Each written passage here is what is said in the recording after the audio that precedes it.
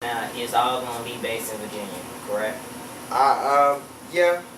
The base of it will be in Virginia, but I do believe that it would spread. You know what I'm saying? Like, I have seen it like in other places because it's not gonna be like a central location as far as like a building and this is where the church is kind of thing. Mm-hmm. You know, I know churches sometimes can be like, you know, we are three churches and we are one church in three locations, but Yeah. I see Army of God being more mobilized than even that. Like, you know, like just like with the Army, you know, being in the Navy, we're based out of one place, but we travel all over the world. So the Army of God I think it's going to be just like that. Yeah, we may be based out of this place because this is just where we started from, but we're going to be traveling and we're going to be going to this place and training them. Because like I said, the base of it is recruit, train, deploy.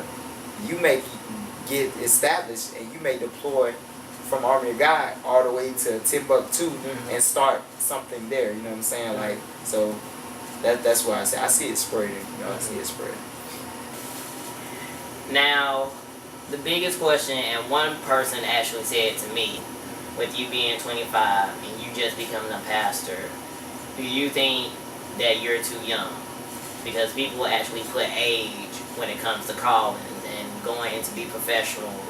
So what is your comment about that belief? I definitely believe that with age, most of the time comes wisdom, knowledge, a greater level of understanding as it pertains to life. But at the same time, just because I'm not as old as, say, the pastor that started pastoring at 40, doesn't mean that I won't have the same level of maturity, the same level of wisdom, and the same level of anointing. So the reason I was reluctant to become a pastor, not because I felt like I wasn't ready as it pertained to my age, just felt like I wasn't ready as it pertained to my spiritual walk, as far as like, okay, God, I'm not perfect in that area, I'm not perfect in that area. Right.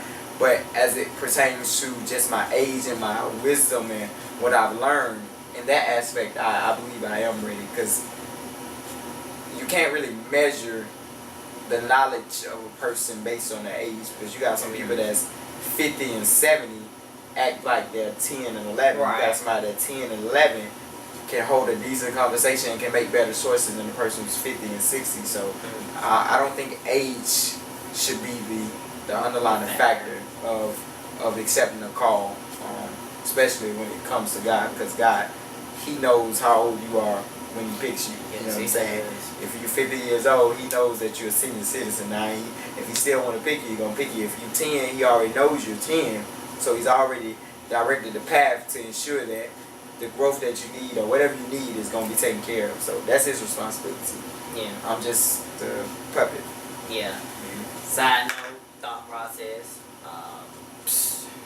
Your age does not define your spiritual walk. Yeah, exactly. Yeah. Exactly. Or your spiritual responsibility. Yes. Of what you have to do with your life or your assignment. Very true. Now, with you being a pastor now, is it possible that you're going to step into being a chaplain while in the Navy? That I don't foresee. Because once again, the Navy is just a stepping stone in life, just a phase that I'm passing through. So I don't see me becoming a chaplain. Maybe just being that spiritual leader for people that I'm associated with, maybe, but as far as like a spiritual leader within those confines, I don't believe that God's calling me to do that. You know what I'm saying? If He does, it would surprise me, but I don't think It would surprise me. Okay. Now, since you've been insulated as a pastor, you still have Change Culture Clothing. I don't know if I mentioned this last show, but you mime as well. Now, in the future, what would be the final income, or what's the possible end for you? As far as like, I guess a specific road out. Yeah.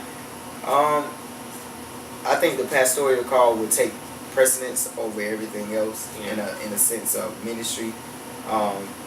But those gifts that I have will be still used within that ministry, I believe. Like, if it's nothing but training people how to dance, and not just within the church community, but even if it's outside of church community, you know what I'm saying?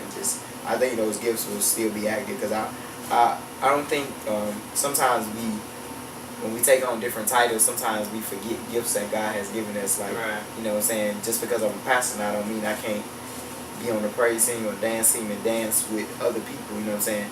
Because your gift doesn't have an expiration date on it. So God has not stamped it and said it's going to expire on June 5th. So after June 5th, you won't have it no more. Those gifts are with us forever. So if they're with us forever, obviously they're for a purpose there forever. Like, I need to continuously use these gifts. You know what I'm saying? So if I don't use them, they just be dormant in my life. Right.